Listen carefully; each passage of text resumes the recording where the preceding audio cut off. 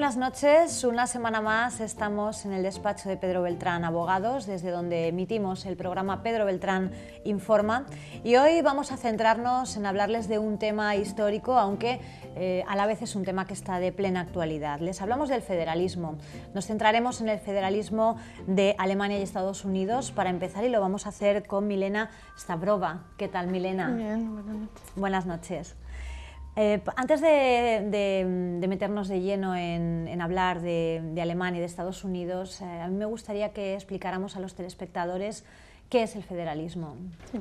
El federalismo es un sistema político en el cual las funciones del gobierno están repartidas entre un grupo de estados asociados, primeramente, que luego delegan competencias a un estado federal central. Para comprender mejor el federalismo podemos citar 4 características esenciales. En primer lugar, tenemos la Constitución escrita, también conocida como Carta Magna. Es una necesidad de las democracias que forman federaciones para regular los principios por los que se elegirá el gobierno, ya que si estos actuaran sin un cuerpo legal específico, se producirían enfrentamientos. En segundo lugar, la división territorial. El federalismo está constituido por la división de poderes sobre la base geográfica de cada territorio. En tercer lugar, la descentralización. En un sistema federal existe tanto un gobierno central como unidades de gobierno inferiores al central, tomando decisiones cada uno respecto a una división de ciertos servicios públicos en sus respectivas jurisdicciones geográficas. Y por último, la Suprema Corte de Justicia. Para contrarrestar de alguna manera la rigidez de la Constitución escrita, se precisa la acción judicial para que interprete dicha Constitución y de esta manera se puedan efectuar cambios necesarios. La mayoría de los estados federados están organizados respecto a una Constitución, la cual fija tanto las competencias exclusivas de cada entidad como las competencias que son compartidas. Suele tratarse de constituciones democráticas.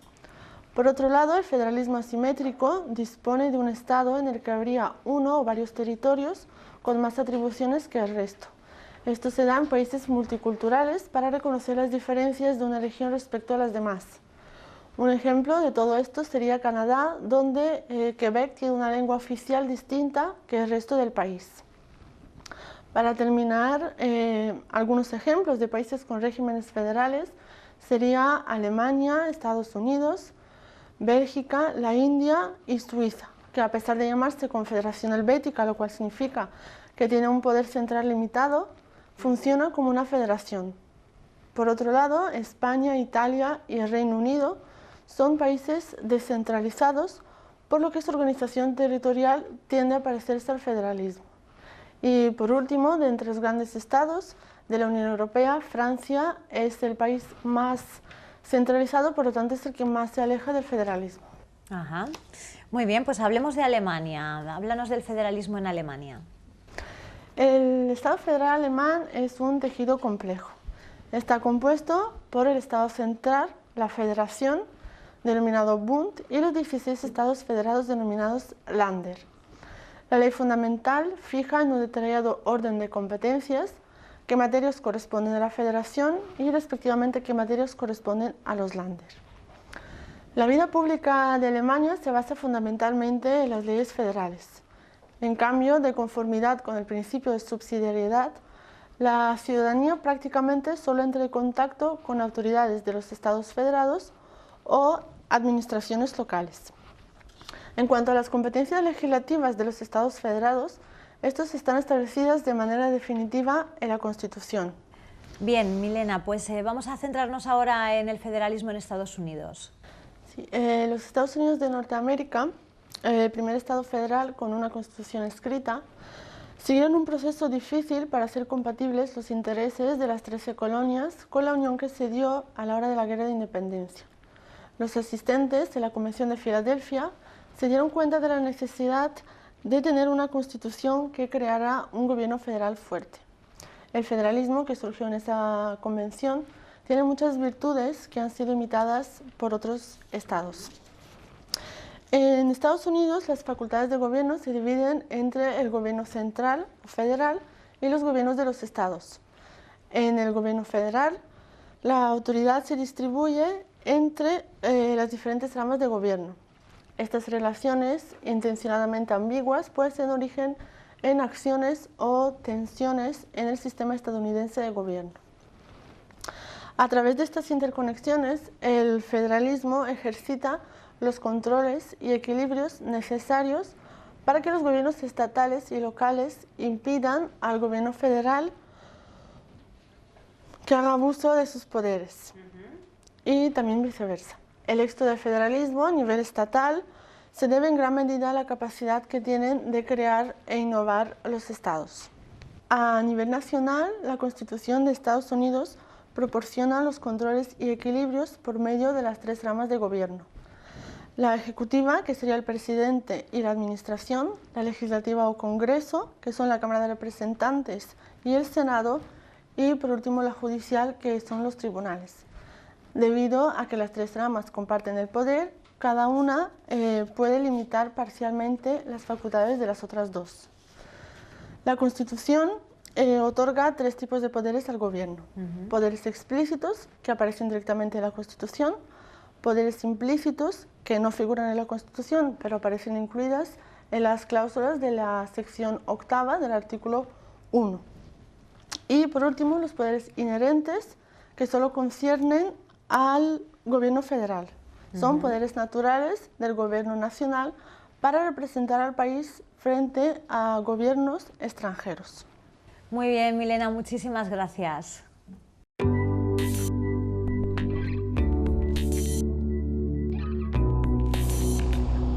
Pues como cada día cierra este programa Pedro Beltrán. Él es el presidente de la Asociación Europea de Abogados y además quien dirige este despacho. Pedro, ¿qué tal? Muy bien, buenas noches. Muchas gracias por venir a nuestro despacho una vez más. Gracias. Bueno, interesantísimo el tema de hoy. Antes de meternos de lleno, me gustaría que nos contarás bueno, pues en qué consiste el decorado que has preparado hoy. Sí, siempre nos esforzamos en preparar un decorado atractivo. Hacemos lo mejor que podemos. Primero, las banderas de los dos estados federales por excelencia, de los que ha hablado mi compañera Milena. Alemania, bandera de Alemania, bandera de Estados Unidos. Detrás está la bandera de Naciones Unidas y al fondo la bandera de la Unión Europea. Y presidiendo dos de las figuras máximas de la política estadounidense actual, Barack Obama, actual presidente de Estados Unidos, y Hillary Clinton, que es la que tiene más posibilidades de ser la próxima presidenta de Estados Unidos. El primer presidente negro y la primera presidente mujer, posiblemente. Y siguiendo con el federalismo, tenemos aquí un federalismo un poco especial, que es el federalismo musical. ¿Por qué? Porque Alemania es un estado federal, y la muestra de que Alemania es un estado federal y de la importancia que tienen todos los distintos Länder o regiones o comunidades autónomas de Alemania es la presencia de distintos compositores fundamentales en cada Länder. Y eso es el despliegue que hemos organizado hoy para que se compruebe la amplitud de Alemania. Primero Beethoven, el más conocido, que es de Bonn, del estado de Renania-Westfalia. En Alemania hay un total de 16 estados federados, o Länder. Beethoven era de la antigua capital de la República Federal Alemana. Bonn fue la capital durante muchos años, impuesta por los aliados después de la Guerra Mundial, que también impusieron el federalismo a Alemania, que no existía, y Beethoven era de Bonn. Tenemos a Brahms, que es del norte, del estado federado de Hamburgo, que es ciudad-estado. Luego tenemos a Johannes Strauss, Richard Strauss, que es de Baviera. Baviera es uno de los estados más importantes y conocidos de Alemania y también el más rico. Y por último, allí en la esquina tenemos al famosísimo Richard Wagner, que es de Sajonia, uno de los estados de Alemania del Este, hoy integrado dentro de la Alemania actual. Con lo cual es una muestra de la amplitud de lo que es Alemania, porque Alemania en definitiva son 16 estados y precisamente el hecho de que haya compositores tan relevantes como estos cuatro, quizás los más significativos de Alemania, en distintos estados nos muestra lo que es el federalismo alemán. Bien, decíamos al principio que íbamos a hablar de una cuestión histórica, pero de plena actualidad, al menos en nuestro país, porque bueno, pues se está cuestionando el actual sistema y cada vez más. ¿Qué diferencia hay, Pedro, entre un Estado federal y un Estado de autonomías como el que tenemos en España ahora mismo? Es una pregunta muy interesante. La explicación a la misma partiría de que la Constitución española estableció un régimen de federalismo desigual, por así decirlo. En definitiva, no todas las comunidades autónomas iban a tener las mismas competencias. La esencia de un Estado federal, aunque pueda haber un federalismo asimétrico, es que todos los estados tienen las mismas competencias. Hay un gobierno central que tiene unas competencias muy esenciales, muy básicas, y a continuación los estados tienen las mismas. Así ocurre en Alemania y así ocurre también en Estados Unidos. En España no se quiso hacer así. ¿Por qué no se quiso hacer así? Porque cuando se redactó la Constitución en 1978 se entendió que había unas comunidades históricas, que eran Cataluña, el País Vasco y Galicia. ¿Por qué eran históricas? Porque habían estado dotados de estatutos de autonomía en la antigüedad, en concreto en la Segunda República, y porque además disponían de un idioma propio. Y luego se estableció un régimen para las otras. Hubo dos vías de acceso a la autonomía, la vía del 143 de la Constitución y la vía del 151. Lo que ocurre es que empezó a decirse, como se dice hoy también, en el 78, hoy también escuchamos lo mismo estos días, que no puede haber desigualdades, que todo es lo mismo. Y eso realmente no tiene gran sentido lógico, porque no todas las comunidades autónomas en España hoy, y hablamos de la actualidad del 2014, quieren tener las mismas competencias. Pensemos en la Comunidad Autónoma Valenciana, que dice que quiere devolver competencias. Pensemos en Madrid, sobre todo en la época de Esperanza Aguirre, que ellos no querían las competencias de justicia, que determinadas... Sin embargo, Cataluña quiere más competencias, con lo cual realmente la idea de la Constitución española era buena, estableciendo este federalismo asimétrico y unas comunidades autónomas con más competencias y otras con otras. Pero pronto Andalucía dijo que estaba discriminada, que ellos querían ser lo mismo que Cataluña y por tanto ellos querían las mismas competencias que Cataluña y se hizo un Estado autonómico en Andalucía también por la vía del acceso a competencias plenas. Hoy se vuelve a la misma polémica porque se dice no, es que están discriminados. De hecho, una cosa muy curiosa y generalmente poco conocida es que el Partido Popular impugnó el recurso con un recurso al Tribunal Constitucional impugnó el Estatuto de Autonomía de Cataluña. Eso es sabido, por supuesto. Pero lo que no se sabe es que los mismos artículos que contenía el Estatuto de Autonomía de Cataluña también estaban en el Estatuto de Autonomía de la Comunidad Valenciana, también estaban en el Estatuto de Autonomía de Andalucía, y esos no fueron impugnados. Claro, al final eso es lo que ha creado el mal clima que hay hoy en Cataluña, que parte todo de ese famoso recurso ante el Tribunal Constitucional. En fin, no sé si me extiendo demasiado en la respuesta. No, en absoluto. Además, creo que es un tema que nos interesa mucho a todos en este momento. Hay un auténtico pulso entre el gobierno catalán y el gobierno central y todos estamos muy pendientes de en qué pueda acabar ese pulso que va dando pasos hacia adelante. Llevamos muchos meses hablando de esta cuestión, Pedro. La verdad es que se han cumplido todos tus vaticinios, todas tus previsiones Muy amable, y tus gracias. quinielas y esperemos que la última de todas no se cumpla, que es la de que finalmente los tanques tengan que entrar en Cataluña. Sí, o se suspende la autonomía de Cataluña, no les va a caber otra opción. Cada vez se habla más de eso. Esto lo dije yo en la televisión hace año y medio ya, pero es que es la consecuencia lógica del camino final, porque cuando dos opciones son cada vez más divergentes, Artur Mas cada vez está más enfrentado, Rajoy cada vez más alejado. Y una cosa curiosísima a este respecto es el último sondeo electoral publicado el pasado domingo. Se publicaron dos sondeos muy interesantes este domingo pasado. Un sondeo a nivel de toda España y un sondeo a nivel de Cataluña. Y lo verdaderamente gracioso del sondeo de Cataluña es que Convergencia y Unió y Esquerra Republicana Catalana, en contra de todas las previsiones y en contra de lo que hemos dicho tantas veces, ya no sacan mayoría absoluta en Cataluña. La rozan, pero no la sacan. Pero la sorpresa viene de por qué no la sacan. ¿Y por qué no la sacan? Porque resulta que Podemos tiene el 12-15% y ya no saca mayoría absoluta. Claro, es curioso que sea la irrupción de Podemos, que es lo más alejado al nacionalismo clásico español, por supuesto, no tiene nada que ver con el nacionalismo que pregona el PP y que en parte pregona el PSOE, o que en gran parte pregona el PSOE. Bueno, cada día están más a la derecha, van a terminar siendo la derecha radical en lugar de la izquierda. Sí, efectivamente. Radical, como lo único que les acusan. interesa es ganar las elecciones, con lo cual les da igual, les interesa presentar un programa Ellos con el que pueda ganar. Ellos se amoldan. Sí, no importa, lo único que importa es ganar. Pero es curioso, realmente coincidirás conmigo que es curioso que sea Sí, Podemos sí. la que haya hecho que no saque mayoría absoluta. Y Podemos, dentro de su programa, claro que su programa varía tanto que no se sabe al final cuál puede ser el programa al final, porque dentro de su programa estaba que ellos sí que apoyaban un referéndum en Cataluña. No la independencia de Cataluña, pero sí un referéndum, lo cual parece razonable, pero es la única opción política importante. Es interesante esta encuesta, y ya que hablamos de las encuestas, la otra también es muy curiosa, la otra encuesta a nivel nacional, porque cambian las tornas completamente y es el PSOE el que gana las elecciones. Esta encuesta ha sido publicada por el diario de mayor difusión en España, no uno de los sino el diario de mayor difusión, por un sondeo hecho por Metroscopia, que es una institución demoscópica del máximo prestigio. Pues gana el PSOE, en primer lugar está el PSOE, en segundo lugar Podemos y en tercer lugar el PP con el 20%, 27, 25, 20. Claro, eso también es un cambio enorme y también puede influir en lo que estamos hablando de hoy del federalismo. ¿Por qué? Porque el PSOE sí que hace una propuesta clara de gobierno a nivel federal, de institucionalizar la federación, los estados federales dentro de la nueva Constitución española.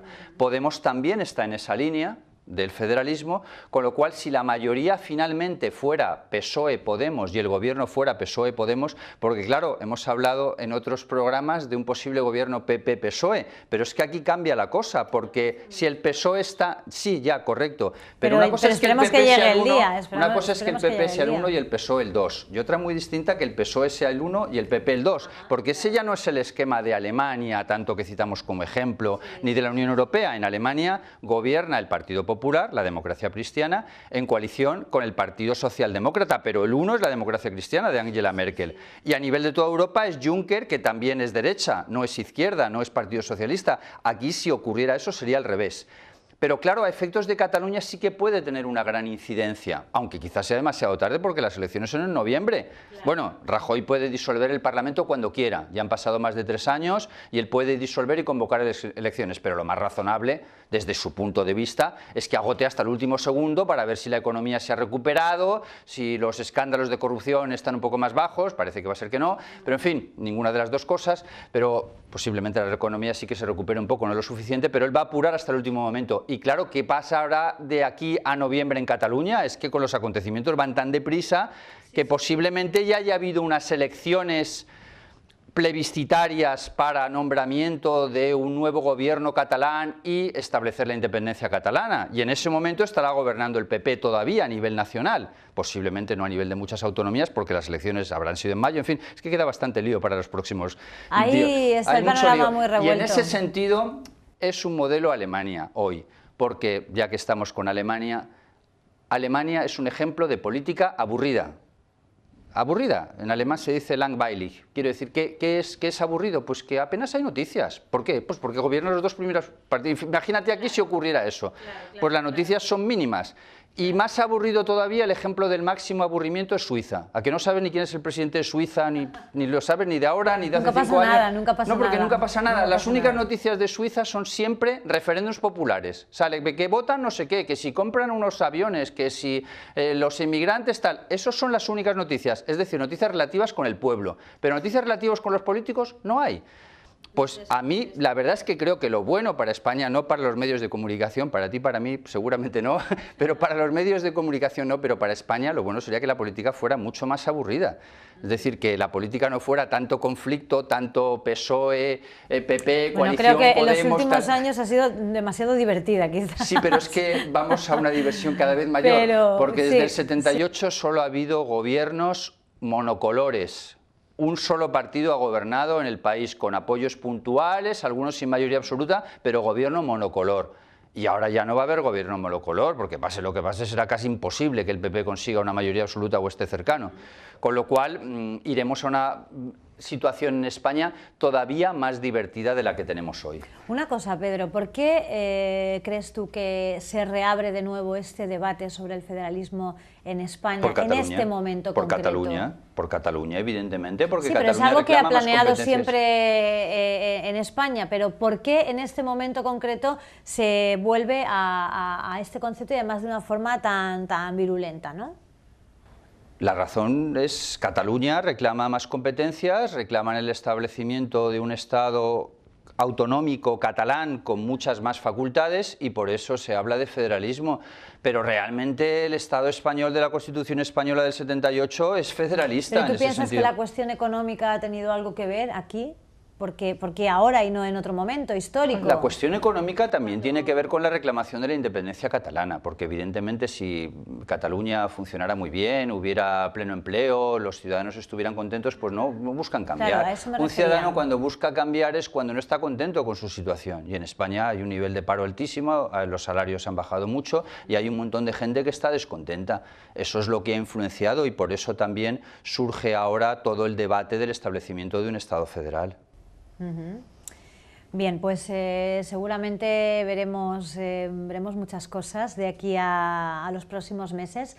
También es cierto que lo que comentabas de las encuestas cambian, no sé si te has fijado que las encuestas van cambiando por semanas. Sí, que eso es los verdad. movimientos, nunca se han hecho tantas encuestas como en este periodo preelectoral, pero además de todas esas encuestas que se hacen, los resultados nos sorprenden cada semana cuando salen estas encuestas, con lo cual parece que el votante tiene todavía su intención de voto pues un poco en el aire y que cualquier cosa puede ocurrir de cara a esas próximas elecciones de mayo, municipales y autonómicas, y a las de febrero nacionales. Efectivamente, puede haber distintos resultados. Como se suele decir en el terreno deportivo, el partido está abierto, así que vamos a tener tiempo de analizar y mucho, Pedro.